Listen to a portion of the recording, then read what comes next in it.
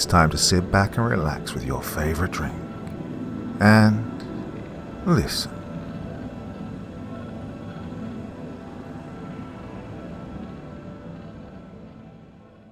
Tonight's story follows the haunting account of a man who volunteers for a groundbreaking clinical trial meant to restore his health. What begins with hope soon takes a disturbing turn, as Edward and his son Timothy find themselves caught in the grip of something far beyond their understanding or control. Regression by Craig Groshek. Part 1. Edward Branner was used to feeling like time had abandoned him. Most mornings he shuffled down the hallway of his house with the slow shuffle of someone 72 going on 90, legs aching, spine stiff, stomach grumbling for something he wasn't supposed to eat. But something about this morning was different. He'd woken up clear-headed, without the usual fog or dizziness. His fingers didn't tingle with neuropathy when he reached for the glasses. The sugar monitor on his nightstand blinked back a number in the low 90s. Normal. Oh, normal. That hadn't happened in years. He sat there for a moment, staring at the result as if it might change if he blinked. Then he stood up, too fast he realized, waiting for the familiar head rush or stumble, but it never came. There was no vertigo and no grinding pain in the knees. He couldn't believe it. Downstairs, his coffee brewed while he inspected his pill organizer. One of the slots, Thursday mornings, was empty. The Regen capsule. Oh, that was the new one. He'd started it 5 days ago. Regen 3. The name still sounded like something out of a supermarket anti-aging commercial, but doctors at Brookridge Clinical Research had assured him it was serious work. Early-stage biotech, designed to stimulate cellular insulin production and repair damaged pancreatic tissue. He'd almost walked out of the office when they mentioned gene targeting, but Nurse Carla had leaned in and said, "That could change everything, Eddie. Might even let you stop shooting up someday." And so he signed the waiver, swallowed his hesitation, and now here he was, upright, clear-minded and hungry, but not in the panicked low blood sugar way. He was ready for breakfast. He made scrambled eggs with real cheese and didn't feel guilty. He even made toast, buttered and all. He only realized he'd forgotten to check his blood sugar again when he was halfway through eating. He didn't feel the need. That night he sat at the kitchen table with his journal. The study guidelines were specific. Participants were required to log both physical and psychological responses. He'd expected to write a few gripes about headaches and stomach cramps, when instead he flipped to a clean page and scribbled, Day 5, Thursday. Woke up feeling good, like I slept deeply. No stiffness in my joints, blood sugar in the 90s, toasted buttered bread for the first time in months. Could have walked a mile. He paused, considered scratching that last line out, but let it stand. Wasn't quite true, but it didn't feel like a lie. He looked up at the microwave clock and blinked. It was 9:04 p.m. He hadn't napped today, not once. By Sunday, the effect was impossible to ignore. Edward stood in front of the mirror in his upstairs bathroom with his shirt off, eyes narrowed. His back looked straighter. His skin had lost some of its parchment sheen. The liver spots on his chest were lighter. He touched one just to check. It didn't flake. It wasn't dry. He rubbed it again. Smooth. His hair, what little he had left, seemed thicker around the sides, and it wasn't completely grey either. More like an ash brown he hadn't seen in decades. He grinned, then laughed, then shook his head at himself. "You old bastard," he muttered. "You're not Benjamin Button." Still, he took a photo just to have proof. The next morning he took another, from the same angle with the same lighting. In it he had a slightly fuller face, a slightly tighter jawline. He didn't write any of that in the journal, of course. He wasn't an idiot. He'd read the trial waiver front to back twice. They owned the data. Every word he wrote, every picture, every blood draw, he wasn't about to give them more than what was required. But the unspoken truth crept in behind his thoughts. Something strange was happening, something more than a blood sugar fix. For the first time in years, he felt like he had time again, like maybe the hourglass had flipped. On Monday morning, his phone buzzed with an incoming call. Timothy. Edward stared at the name for a few seconds before answering. Hello? Hey, Dad. His son's voice was guarded as usual. You been by the clinic again? Last week. Why? Oh, just got off the phone with Carla. She said you're on some new protocol. Well, I thought I'd check in. How are you doing? Edward glanced down at his hands. They looked younger. The veins didn't bulge like before, and the thin, papery skin seemed tighter over the knuckles. Oh, I'm doing fine, Tim. Fine how? Blood sugar fine or... Fine. Feeling better, sleeping better. It's working. There was a pause. I'm glad to hear that, Tim said. Really, look, I know we haven't talked much lately, but I was thinking, if you're free next week... I'm free, Edward said before he could think better of it. A moment of silence passed. All right, Tim said. I'll swing by Saturday then. That night, Edward wrote in the journal, but this time the tone had shifted. Day 10, Monday. Weight steady. Blood sugar perfect. Stairs feel easier. Skin looks clearer. Might be placebo. Talked to Tim today. Surprised he called. He hesitated then before adding, wonder if he'll notice. The thought nagged at him. It wasn't vanity. He wasn't expecting compliments, but he was curious, morbidly so, what another set of eyes might say. Whether Tim would tilt his head, squint, or ask what filter he'd used. He told himself not to get excited. Maybe Tim wouldn't notice anything. Maybe it was placebo. But deep down he knew better. He could feel it in his knees when he stood up, in the way his toothbrush no longer made his gums bleed, and the taste of food, somehow more vivid now than it had been in years. The medication was working. Too well. By Friday, Edward's belt was 2 notches tighter. He'd shaved, just to test a theory, and found himself staring at his reflection afterward with an odd sense of detachment. The man in the mirror wasn't young, but he wasn't Edward Branner either. Not the one who needed help putting on his socks last month. The swelling in his ankles was gone. The deep furrows above his brow had softened. His posture felt easy, natural, like he didn't have to fight gravity quite so hard anymore. He found himself humming as he put away the dishes. The house smelled cleaner and looked brighter. He opened the windows and let in air. He even put on music. When Saturday came, he put on a collared shirt he hadn't worn since Linda's funeral. It fit again, maybe even better than before. Timothy arrived just past noon. He stepped inside, blinked twice, and didn't hide the confusion on his face. Jesus, Dad. Edward smiled. Good to see you too. I mean, you look like you dropped 20 pounds, and your skin... Tim gestured vaguely. You look like you've had work done.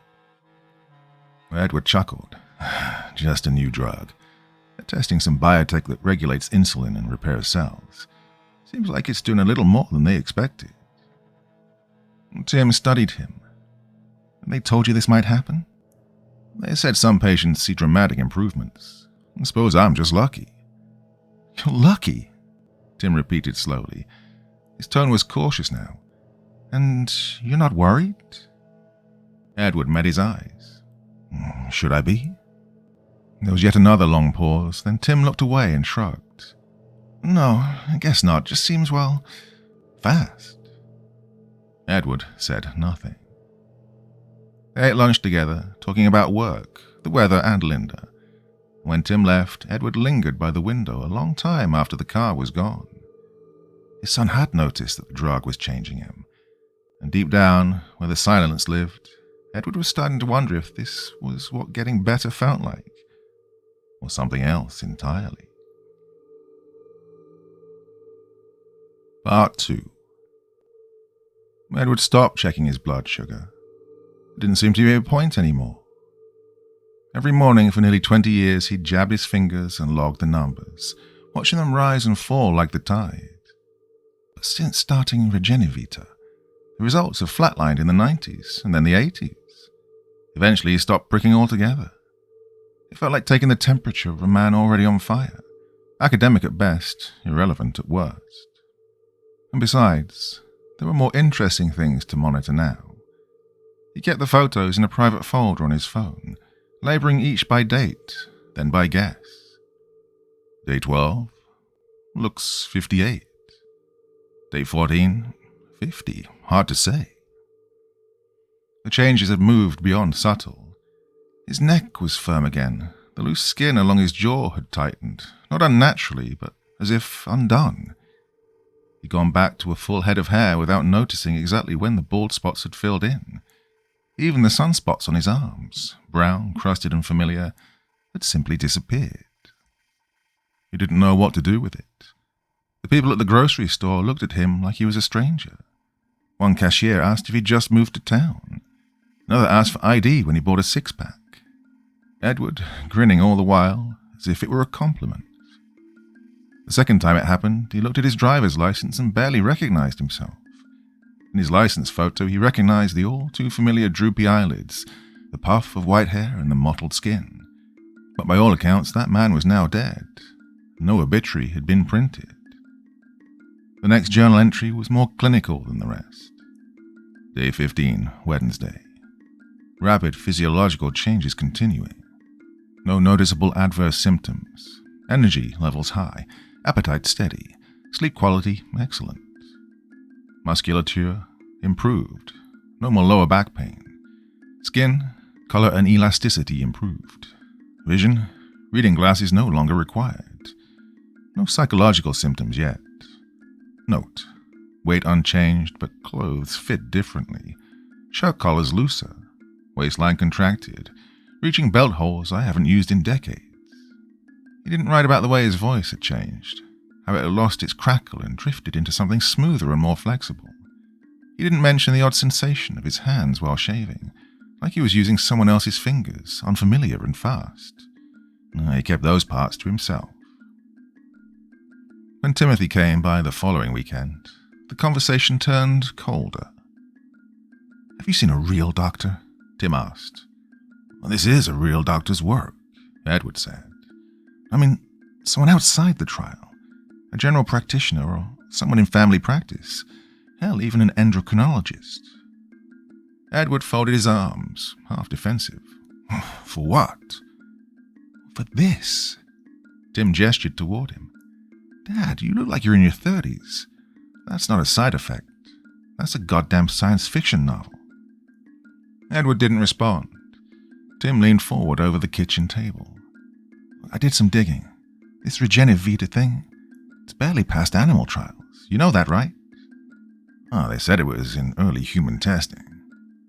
"They said early because no one knows what the hell it's doing. You could be burning through cell cycles. You could drop dead in 6 months." Edward's eyes narrowed. "Or I could live another 40 years. "That's not what I meant." "It's what I meant." Tim pulled back, hands up. "I'm just saying, you look great, okay? Better than I've ever seen you. But that's exactly why I'm worried." Edward stood and walked to the sink, not to do anything, just to stand somewhere else. "Yeah, you remember when your mom got sick?" Tim's voice was cautious. "Yeah, of course." She wouldn't try anything," Edward said. "Wouldn't experiment. She trusted the system, the very same people who told us it's early but promising. What did that get her?" An awkward silence ensued. "Well, I'm not ready to go out like that," Edward continued. "So if this is dangerous, I'll take it. Beats wasting away." "You weren't wasting away, Dad," Tim said. "Now you're a glorified lab rat, letting these people have their way with you. No one has any idea what's going to happen next." Well, that stuck. Not because Edward agreed entirely, but because some part of him recognized the truth in it. The next day, he began recording voice memos, not for the trial, but for his own reasons. The journals were getting harder. His handwriting was fine, but his focus wasn't. He'd find himself pausing mid-sentence, uncertain what he'd meant to write. Sometimes he'd reread a paragraph, and he'd realize he'd already written something nearly identical the day before. Well, his memory was sharp but soft. It had become too easy to rewrite and to second-guess, and so he spoke instead. "This is Edward Branner, day 17. 5'9", 168 pounds. My hair is brown again. I haven't dyed it. My voice sounds younger. I don't recognize it anymore. I remember my wedding. I remember my wife's funeral. I remember Timothy in diapers. I remember myself in diapers. I'm not delusional. If you're hearing this, I am real." He saved the file to his desktop, backed it up to a flash drive, then made a second copy on a private server. By the next morning, the voice in the new recording sounded distinctly higher. Alison Day returned his call on day 19. She sounded flustered. "Mr. Branner, I understand you've reported unexpected side effects," she asked. "Well, I'm getting younger," Edward replied. "Well, let's not jump to conclusions." "Alison," he said, cutting her off, "I look 35. I have a full head of hair, and I just got carded buying wine for the first time in decades. I am getting younger." There was silence on the other end of the line. Edward sighed. "Can you put me in touch with Dr. Halloran?" "Oh, she doesn't speak directly with subjects." "I'm not a subject. I'm a man being reversed like a videotape. Someone needs to explain this to me." "Mr. Branner," she said, her voice careful now, "your results are extraordinary. We're documenting everything. But the protocol is still in review stages and..." "Look, just tell me how to stop it." Another pause and then, I don't know if we can." On day 21, Edward tried on his college Letterman jacket. It fit, not just fit, it hung well. He looked in the mirror and saw a man he hadn't seen in nearly 50 years. His skin was smooth, his jaw sharp, his hair full and thick. He no longer resembled anyone over 30. His ID had become a lie. The part that frightened him most wasn't the mirror, though. It was the moment he opened the fridge and forgot what he'd come for. Not long, just a second, but it was long enough for panic to slither in. He wrote in the journal that night, slowly, printing instead of writing in cursive. Day 21. I can feel things slipping. Not much, little things. Grocery lists, the names of medications. I had to think hard to remember Linda's middle name. I still remember myself. I still remember Tim. I feel like I'm walking backwards in a dream and I can't stop. We considered calling Tim again, but what would he say? "Hey son, I just wanted to let you know that I'm 30 years old and getting younger by the hour. Could be a toddler by next week." He closed the journal and sat very still. He tried not to think about what would happen when the changes reached a point where he couldn't drive, cook, speak, or remember. But the thought was there now, and it wasn't going away. Part 3. By the end of the 4th week, Edward had begun to resemble a man in his late 20s, possibly younger. He wore a hoodie now, mostly to avoid attention.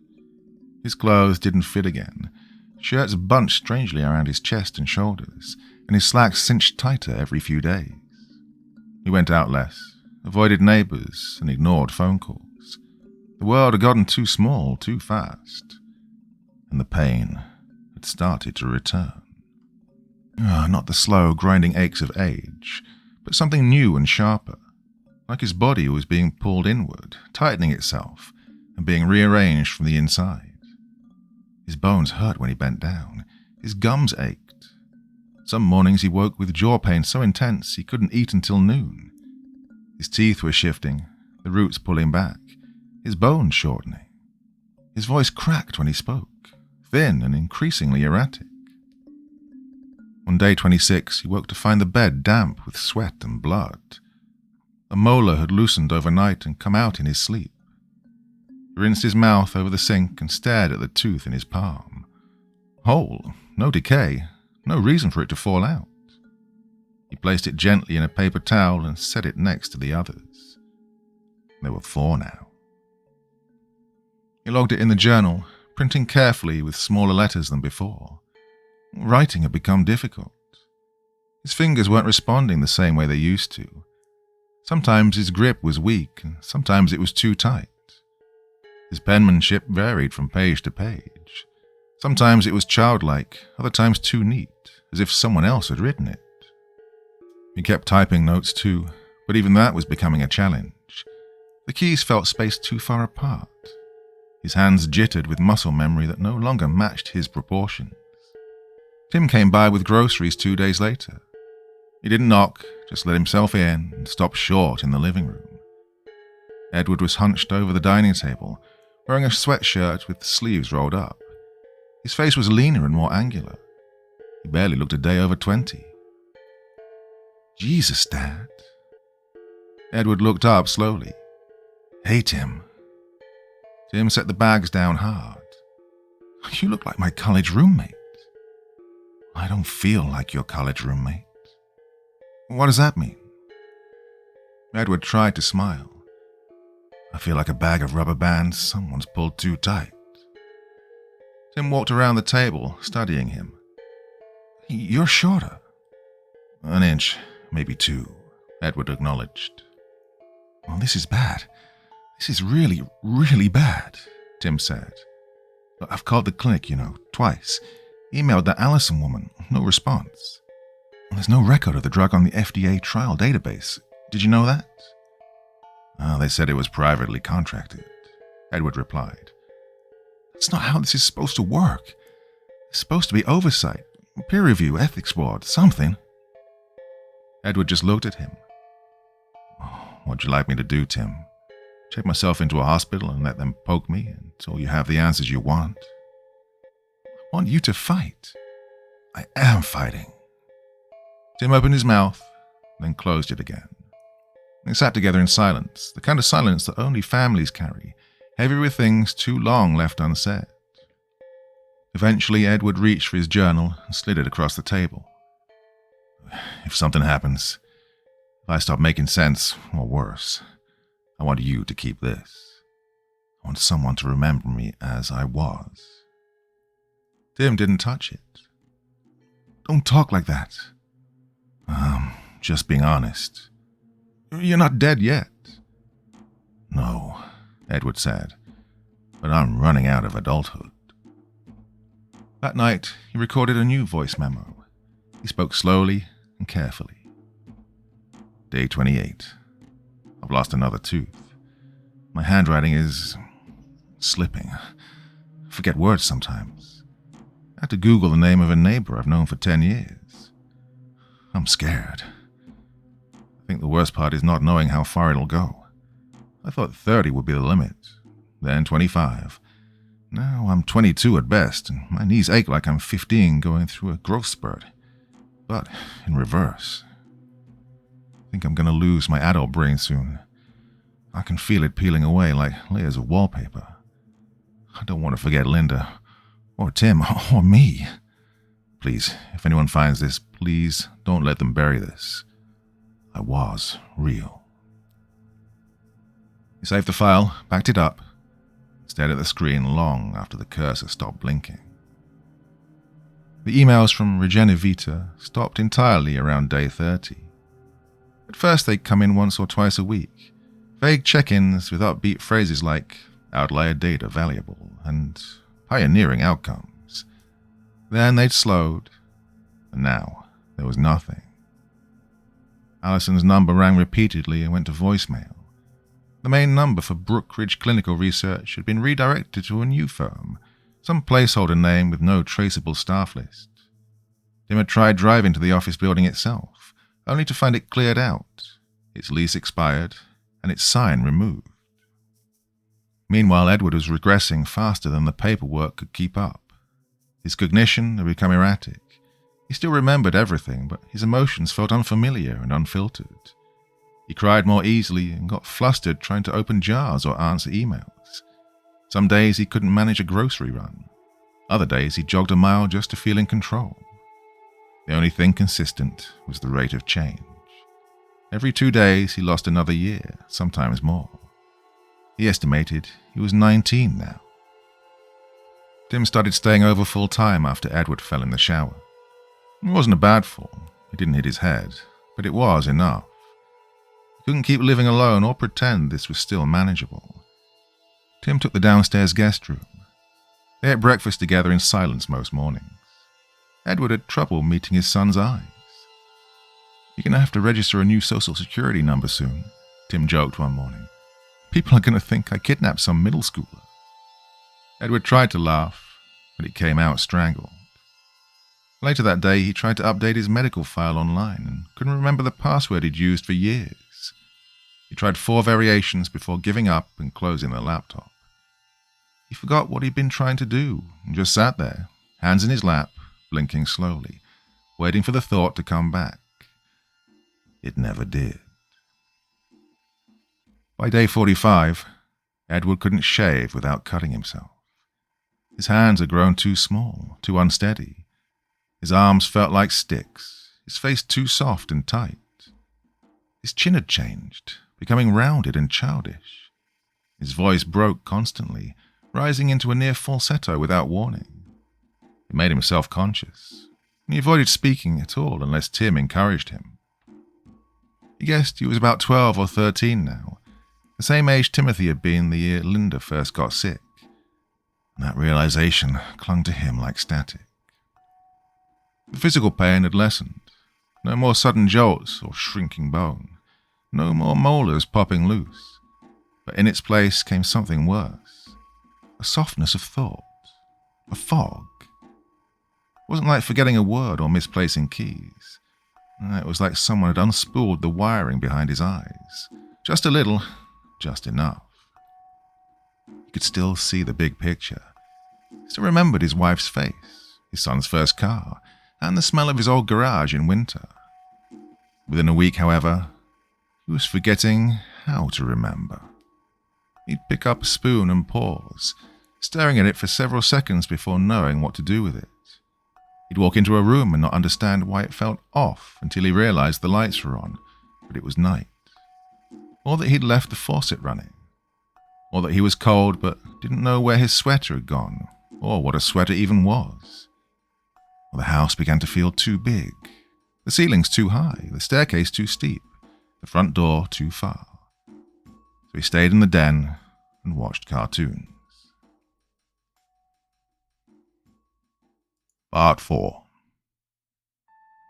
On day 54, Tim tried one last time to reach Dr. Halloran. He found a name in a medical journal, an old article on gene-targeted metabolic therapies. She'd once been respected, even prolific. But her trail ended 5 years ago. No recent publications, no university listing. Just a single shell company in Maryland that had since dissolved. He contacted 3 lawyers. One said the case was scientifically implausible.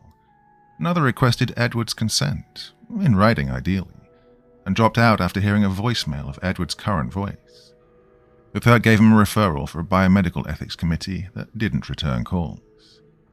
It was too late for paperwork, lawsuits, or anything but waiting. By day 57, Edward had physically regressed to a small child, 6, maybe 7. His balance was unsteady, his limbs short and round. His speech came in bursts, half-formed phrases, childish guesses, old memories jammed into small words. "Mom made blue cake one time," he said to Tim over lunch, "with candles. I ate it all. You was there." Tim nodded. "I remember. You was bigger then." "I still am." Edward giggled. "No, I'm bigger, look." He held up his arms and flexed. It broke Tim's heart every time. There were still flashes of the old man, but they were growing fewer, fading like sun-worn photos. Sometimes Edward would stop mid-sentence, go very still, and whisper something fragile like, "I don't want to go smaller," or, "I don't want to forget you."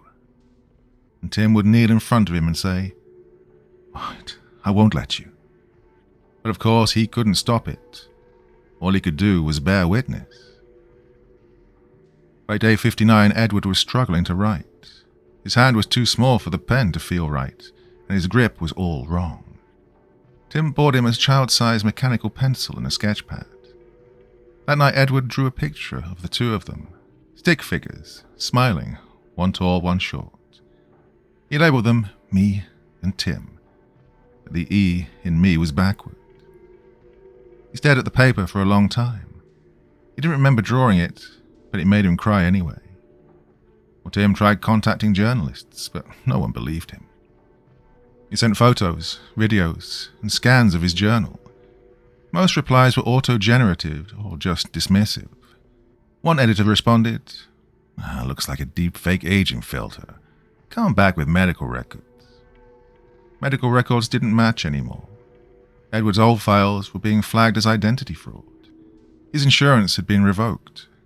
The state sent a letter questioning his driver's license renewal, asking for proof of identity in light of substantial discrepancies. Tim tore it in half and flushed it. On day 61, Edward stopped speaking for most of the day, due to confusion. His sentences were shorter now, simpler. He still recognized Tim, still hugged him, still smiled when they watched TV together. But he didn't understand the plot and didn't know how the remote worked, and the commercials scared him. Too loud, too fast, too strange. That night, after Tim helped him change into pajamas, Edward touched his son's face and said, "I love you, Daddy."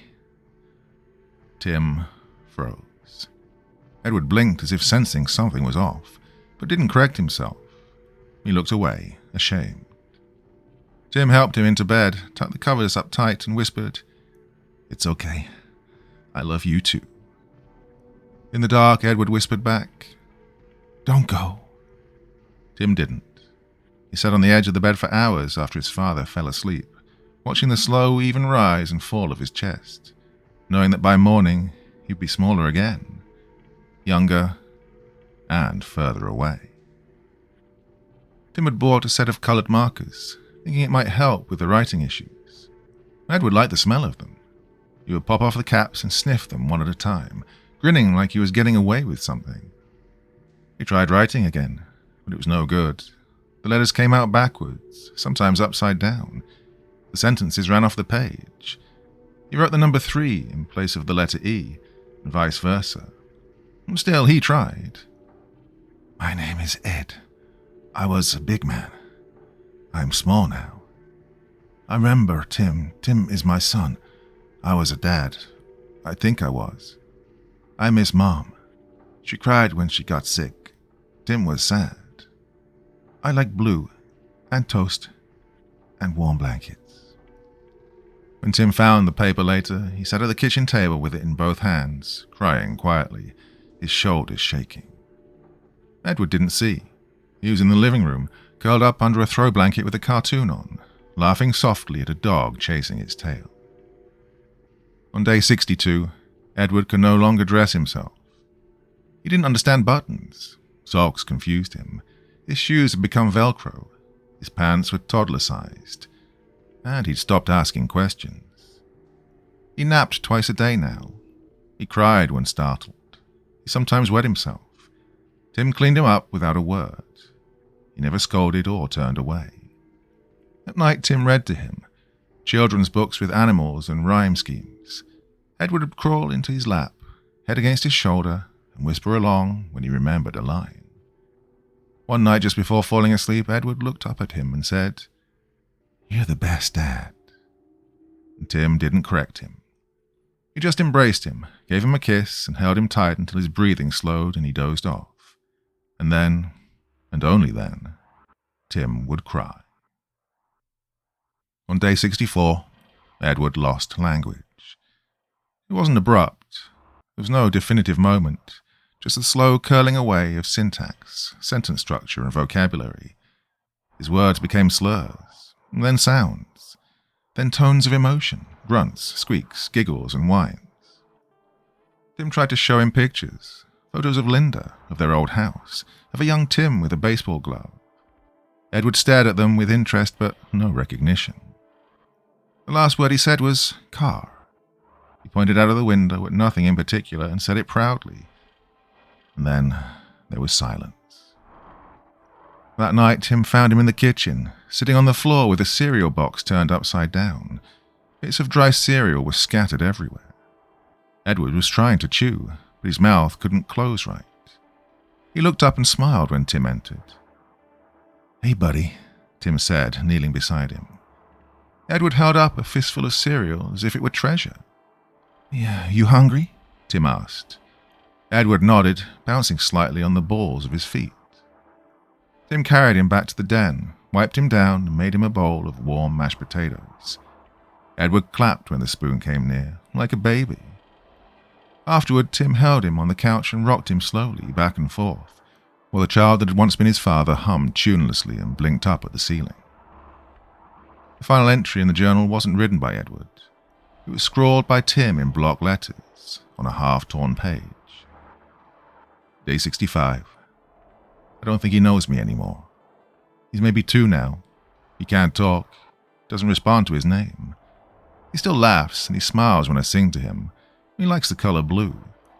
He's happy, I think. Well, I'm not. I want my dad back. I want him to see who I've become. I want him to tell me he's proud of me. I want him to remember that I forgave him. Tim folded the paper and slid it between the pages of Edward's earlier writing, as if the two belonged together. He turned out the light and sat beside the crib, listening to Edward breathe. Small, shallow sounds in a small, shrinking body. And he waited, because he knew what came next. Part 5. Edward was now, by every visible measure, a toddler. He no longer stood without assistance. His coordination had vanished. His soft, untrained limbs moved without purpose or intent, learning the world for the first time. But his eyes, they still held something, still held someone. Tim saw it most clearly in the mornings, just after Edward awoke. There was a look that passed over his face, only a moment, a flash of confusion, or recognition, or maybe both. Then it vanished. A blink, a gurgle, and the child was back. He didn't speak, he barely babbled. Most days he was unable to feed himself. But he watched and he listened. Tim would hum songs as he cleaned the kitchen, and from the floor Edward would sway gently side to side, nodding along. Once during a bath, Tim sang the lullaby Linda used to hum after long hospital nights. Edward stared at him the entire time, wide-eyed. When the song ended, Edward reached up, touched Tim's nose, and smiled. Tim held him for a long time after that, not because Edward needed it, though he did, but because Tim was afraid of what the next day would take. His father's body had changed almost beyond recognition. Edward's once strong frame had melted into baby fat and curled fingers. His skin had become impossibly soft, prone to redness and scratches. The remainder of his teeth had fallen out, some in his sleep, some while eating. His gums bled for hours after the last incisor was gone. His scalp now bore the fine hair of infancy, sparse and golden brown. His ears had shrunk into delicate curls. His belly protruded slightly, and his legs had begun to bow as his bones adjusted to crawling rather than walking. He no longer wore a toddler's clothing. In anticipation, Tim had ordered infant onesies online, and every day brought the dread of even smaller sizes. The baby monitor Tim had relied upon for the past week became unnecessary. Tim now barely left his side. Even short naps left him panicked. More than once he jolted awake in the middle of the night, breath caught, heart racing, and ran to the crib to ensure that Edward was still breathing. He always was, but each time it was a little slower, a little fainter. Tim took a final photo on day 67. Edward was curled in a soft blue blanket on the couch, quietly clutching a plush rabbit to his chest, eyes glassy but alert. His expression was blank, like the world had grown too large to understand, so he had stopped trying. Tim hesitated before taking it, not out of guilt, but out of reverence. There was something sacred in what remained, something he didn't want to reduce to pixels. But he also knew there was no one else left who would remember Edward Branner, and soon even he might begin to forget the details. So he took the photo, and set the phone down and sat beside the child. "Hi, Dad," he whispered. Edward turned his head. "I'm here. Been here the whole time. You didn't disappear. You're still you, I promise." Edward blinked. One small fist opened and closed around the rabbit's ear. Tim rested a hand on his back, feeling his father's tiny ribs shift with each breath. "I don't know if you can understand me, but I wanted to say I forgive you for everything. I know you were scared. I know you did your best, and I love you for it." He got no response, but Edward leaned slightly into him, just for a second, and that was enough. By day 68, feeding had become a struggle. Edward no longer suckled instinctively. Liquids had to be spoon-fed in tiny drops. His tongue didn't always respond, and his throat muscles occasionally spasmed. The pediatrician, who thought Tim had adopted a severely developmentally delayed child, recommended hospitalization. Tim nodded, took the paperwork, and never went back. He couldn't risk exposing Edward to another system, another cage, another set of strangers who would poke and prod and write reports about the unexplained metabolic phenomena. So he fed Edward mashed bananas, tepid formula, and watered-down soup. Anything that would slide past the tongue. He kept a chart taped to the fridge. Intake, output, sleep hours, responsive gestures. The last common had gone mostly blank over the last 2 days. Tim marked a dash and closed the notebook. On day 69, Edward no longer responded to his name. Tim tried saying it in different tones, volumes, and cadences. There was no response, not even a flinch. He tried music. He tried his mother's lullaby again. He held Edward close and spoke into his ear. "Yeah, I know you're in there." Edward stared at the ceiling. There was no recognition or fear, just vacant stillness. That night, Tim recorded a video. He didn't know why. Maybe it was to prove something or to preserve the impossible. Maybe it was just to hear himself say the words. He sat on the couch with Edward in his lap, now barely the size of a newborn infant. "My name is Timothy Branner," he said to the camera. Then he gestured to the baby. "This is my father, Edward." He swallowed hard. He was part of a drug trial for something called Regen. It cured his diabetes, and then it started reversing his age. He looked down at the bundle in his arms, and this is what's left of him. Edward blinked slowly, his pupils dilated unevenly. "He can't talk," Tim continued. "Can't eat. Doesn't seem to see me anymore, but he's alive. His heart still beats. His body's still shrinking." He paused then. "I don't know how much further it'll go. I don't know if he'll survive it, or what'll happen next. But if anyone ever sees this, if any of you are listening..." Tim's voice cracked. "Please, remember him." He stopped the recording and saved the file. Then he copied it to a USB stick and locked it in the drawer beside the journals. On day 70, Edward didn't wake up at all. He lay in his crib, smaller now than he'd been yesterday. Head misshapen slightly, neck underdeveloped, limbs curled against his chest. His skin had taken on the translucent softness of a preemie, veins visible, bones delicate. Tim checked his breathing every half hour. It was still there, still shallow, still slipping. That night, Edward opened his eyes once, just once, and looked at Tim. There was no recognition, no spark, but there was movement. A tiny hand reaching outward, drifting through the air, fingers opening and closing. Tim leaned in, taking it gently in both of his. "You did good, Dad," he whispered. "You made it. We made it. You're safe." Edward blinked. "I love you, Dad," Tim said, holding back tears. "I love you so much." Edward's eyelids fluttered once, then he slept again, and he did not wake. Part 6. By the following morning, Edward no longer resembled a child. His limbs had retracted. His fingers had shortened and lost definition. The soft curve of his skull had tightened inward, as if moulded by unseen pressure. His eyes remained closed, lashes fine as dust. His skin was colourless and thin, the pink undertones replaced by a waxy blue. He fit in the palm of one of Tim's hands. He no longer breathed with his chest. It was all diaphragm now, fluttering just enough to move the air.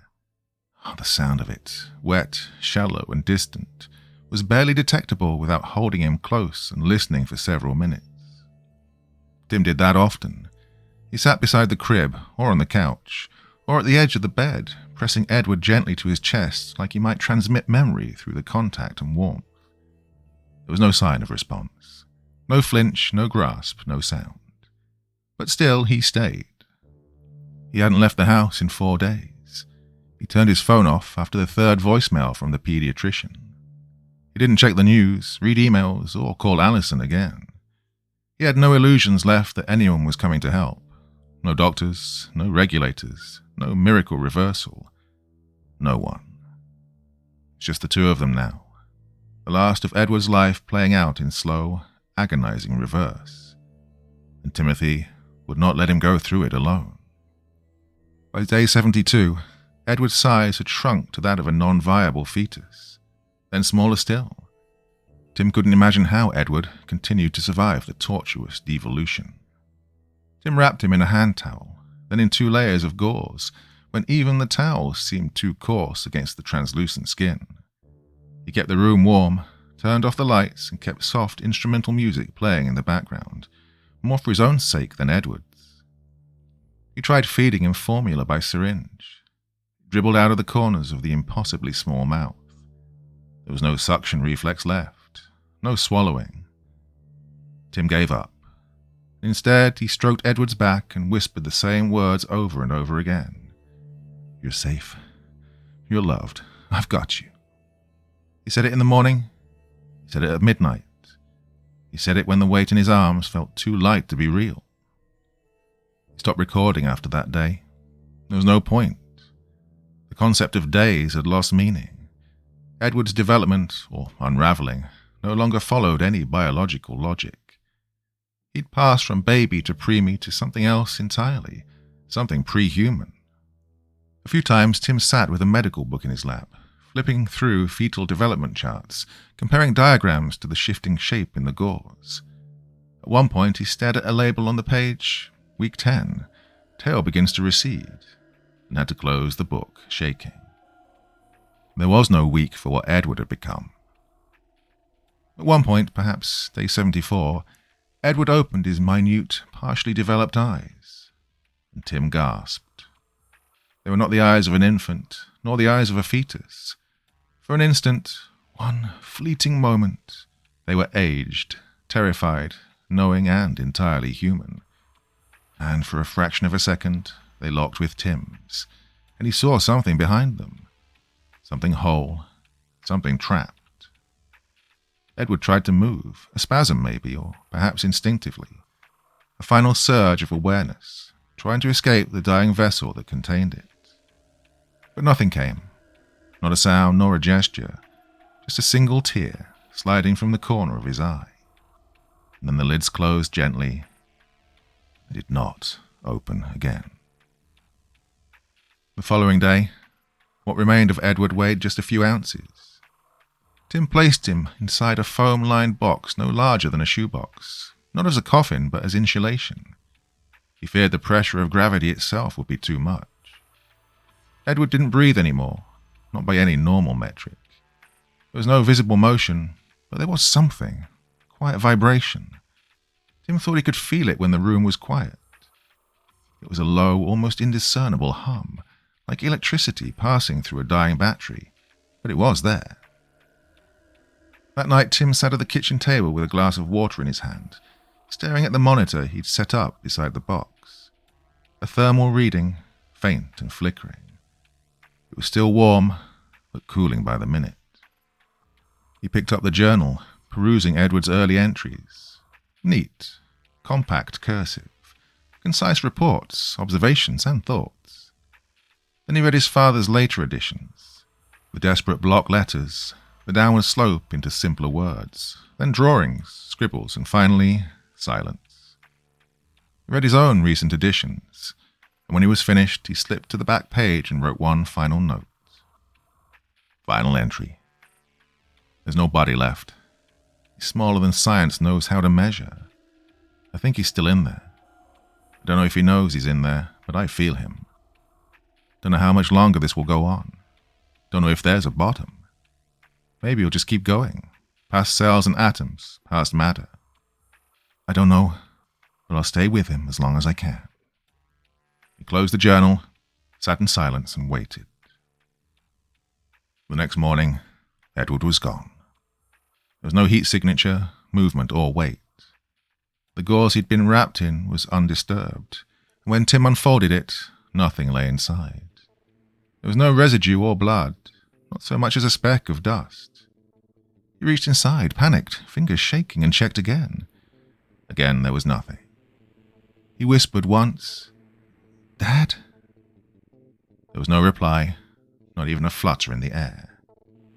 He pressed a hand to his own chest. His heart was still beating, he was still breathing, still here, but his father was gone. The following week, Tim boxed up the journals and recordings, labeling them for release upon death. He stored them in a safe, sealed inside waterproof plastic with a note to any future finder. This is the only proof I have my father existed, that he lived, that he changed, that he was taken. I don't expect you to believe it, but it happened. His name was Edward Branner. He was here. He mattered. I loved him, and I always will. He uploaded the video to a private cloud server, then made 3 backup copies, turned off the laptop, and packed it away. He didn't delete the last photo. He kept it on his phone.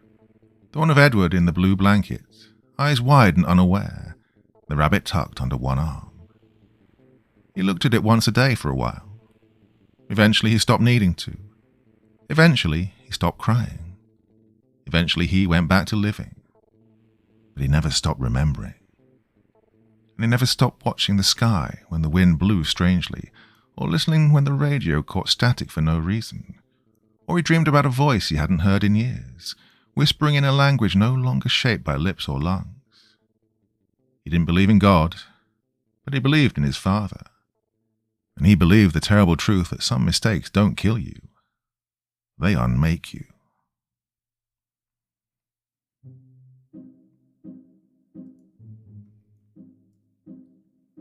So a fantastic story, that one. Hope you enjoyed it. A bit sad in the end, isn't it, really? Oof, what a horrible way to go. Anyway, that's another fantastic story from Craig Groshek, the mastermind behind Chilling Tales for Dark Nights.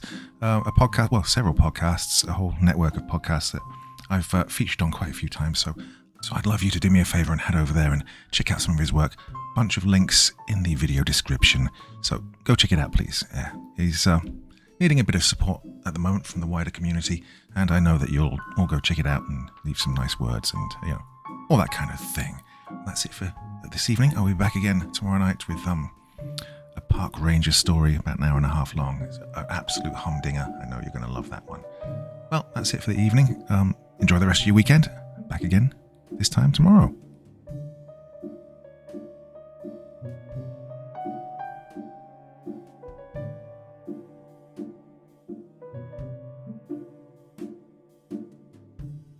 Thank you so much for taking the time to listen to this story today. Really means a lot to me and to the author of the story, of course. Well, if you want to know more about me, I'm pretty much everywhere on social media. You can find me on Facebook, Twitter, Instagram. You can download my music on SoundCloud. I've got a Patreon if you feel like. Throw me $1 or $2. Very much appreciated. And of course, on Reddit, I have a place where you can leave stories if you want me to read one that you've written. Well, hoping to see you all again very soon. Till then, sweet dreams. Bye-bye.